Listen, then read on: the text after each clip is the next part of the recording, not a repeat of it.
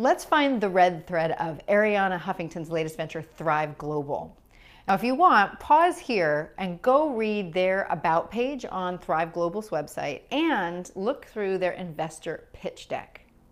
I'm going to use those two to illustrate the red thread at work.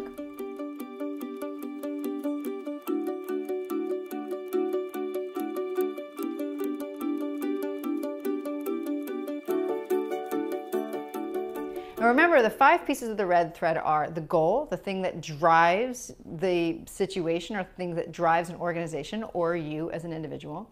Second, the problem that you're there to solve. Third, the key idea that is both the diagnosis of the problem, why the problem is so dangerous, but it also dictates the change, which is the 4th piece. And the change, of course, is the high-level direction shift, the solution, if you will, though I prefer change because it indicates a change in approach. And then the 5th piece is the actions. What are the actions that you take to put that in place? By and large, any successful message or any successful brand does a good job at articulating all 5 of those pieces, and even better when they're in order. So let's take a look at Thrive Global. Now, on their About page is one sentence that encapsulates their red thread, and they do it by combining their goal with their actions. So let's take a look. Thrive Global's mission is to end the stress and burnout epidemic by offering companies and individuals sustainable, science-based solutions to enhance both well-being and performance.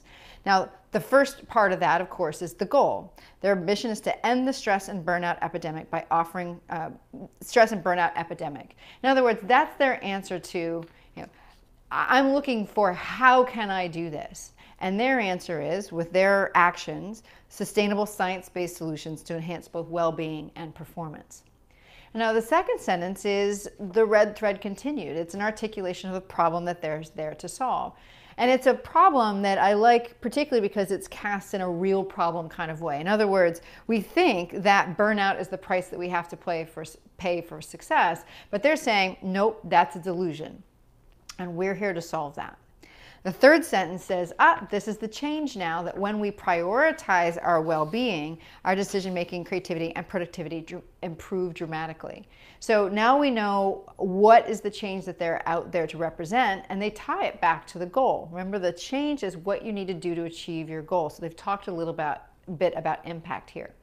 And while the last sentence is a summation of everything, it's a nice wrap-up to this very tight description of Thrive Global's red thread.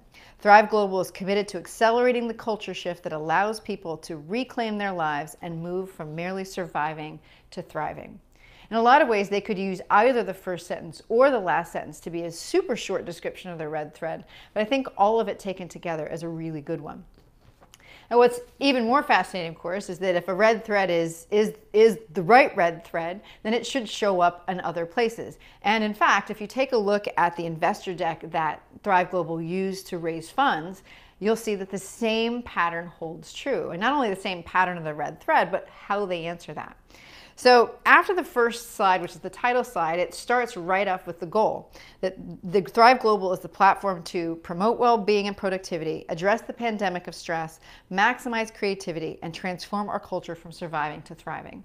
In other words, that is their declaration that this is who we're for. We are for people who are asking, how can I get these things? How can I achieve these goals? The second slide, exactly where you'd want to see it, is the problem. So this is the problem that they solve. And what I like about how they place this is that they know they're talking to business. So what they do is they describe burnout and stress as being absolutely in opposition to the goal of successful business. They talk about how much it costs, what it does to their employees, and they say right up front that this is the thing that we're here to solve. The third slide, I was so excited. The third slide absolutely represents the idea, and you can see because it says the Thrive Global philosophy. Yes. And they talk about how Thrive Global is based on philosophical principles both from the West and the East, and that their offerings will be customized according to each market. In other words, the big idea that sits at the core of Thrive Global is that there's something to learn both from the more holistic practices of Eastern medicine when it's backed up by and supported by the statistical significance and the proof of Western medicine. And that what they're talking about is the intersection between the two, that there's value there. And this is a belief that sits at the core of their company. The next slide, the fourth slide, where you would expect to see the change is exactly where you see it, the Thrive Global solution. And what they're saying when they're talking to investors is now they're talking about that larger change of promoting wellness and productivity. They're talking about it in the terms of what an investor needs to see. They're talking about how they're going to do that.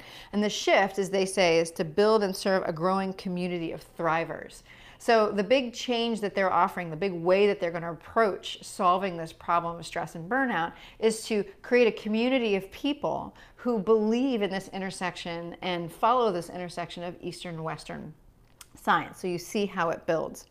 And then the remaining pages of the deck, as you would expect in a pitch deck, are all about exactly how they're going to do that. In other words, it's the action articulated.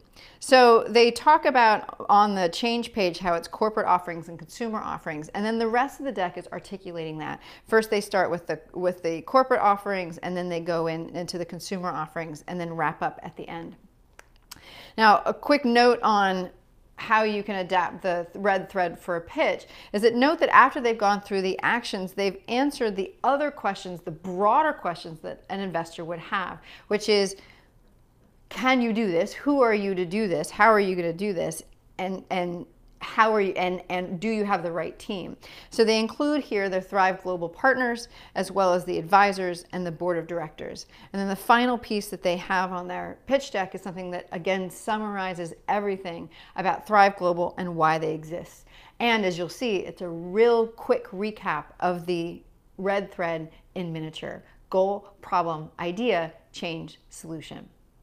Can you find the red thread?